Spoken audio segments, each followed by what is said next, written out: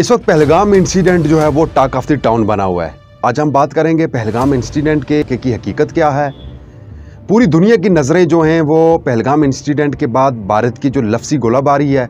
और भारत की जानिब से जो एंटी डेमोक्रेटिक स्टेट जो उसने इक़दामात उठाएं उसके ऊपर बहुत सारे सवालिया निशान भी उठते हैं। उसके ऊपर आज हम बात करेंगे। जैसा कि आप सबको मालूम है कि भारतीय ज़ेर कब्ज़ा मकबूजा कश्मीर के अंदर पहलगाम के मकाम पर 27 सियाहों को बेदर्दी से कत्ल कर दिया गया।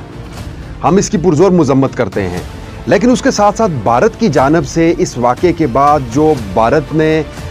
एंटी डेमोक्रेटिक स्टेट्स के जो इक़दामात उठाएँ वो इंतहाई ये समझ लें कि वो हमारे लिए बहुत सारे सवालात छोड़ रहे हैं। उसने सिंतास माहिदा को मुअत्तल कर दिया, फिर उसने सीज़ फायर लाइन की जो माहिदात थे उसकी उसने खिलाफ वर्जी शुरू कर दी है। वाघा बॉर्डर को उसने बंद कर दिया। फिर जितने भी हमारे पाकिस्तानी लोग भारत के अंदर कानूनी हैसियत से मुकीम थे उसको उसने वाज़ह तौर पर यह डेड लॉक जारी कर दिया कि वो 48 घंटे के अंदर अंदर जो है वो हमारे मुल्क को छोड़ दें।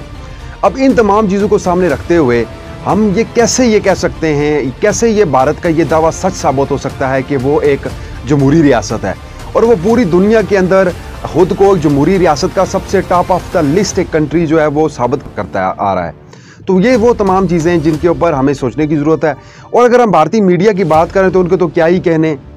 उनका हमेशा से काम ही यही बना है कि कोई भी उनकी रियासत के अंदर, उनकी स्टेट के अंदर कोई भी इस तरह का इकदाम हो, दहशतगर्दी का इकदाम हो, चाहे वो उनके अपने लोग ही अपने ज़ाती मफादात के लिए, उनकी अपनी एजेंसियाँ उनकी राय इकदाम उठा रहे हों, लेकिन उन्होंने शुरू से ही हमेशा से ही इसके तमाम तर इल्ज़ामात जो है उन्होंने पाकिस्तान के ऊपर धरे।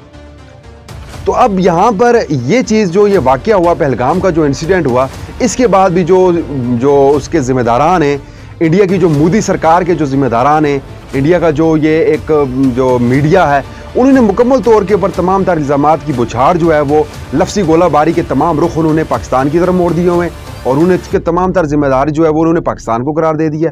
तो यहाँ पर मेरा एक बैसियत आम शहरी, एक आम सिटीज़न, मेरा ये सवाल बनता है, क्या आपकी रॉ की एजेंसीज, आपके इतने इंटेलिजेंस अदारे हैं, आप तो अपनी फ़ौज को दुनिया की ताकतवर फ़ौज के लवाना पसंद करते हैं, तो वो कहाँ पे मौजूद थी कि आपके वहाँ पे 27 लोगों को बेदर्दी से कत्ल कर दिया गया। अब आप ये कह रहे हैं कि इसके पीछे पाकिस्तान का हाथ है। आपके पास प्रूफ होते नहीं हैं, आपके पास सबूत होते नहीं हैं, लेकिन आपको आदत से मजबूर हैं, आप आदत से मजबूर गद्दों की तरह चीखना चिल्लाना आप शुरू कर देते हैं।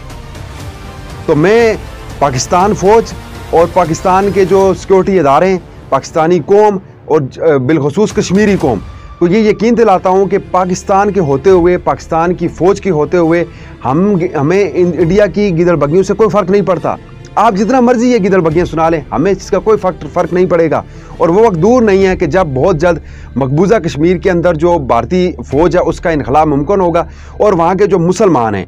वो भी आज़ादी की फ़िज़ाओं के अंदर सांस लेंगे। पाकिस्तान फ़ौज की कामयाबी और कामरानी के लिए हम हमेशा हमारे दुआगो हैं कि अल्लाह ताला पाकिस्तानी फ़ौज को दिन दुगनी रात चुगनी तरक्की अता फरमाए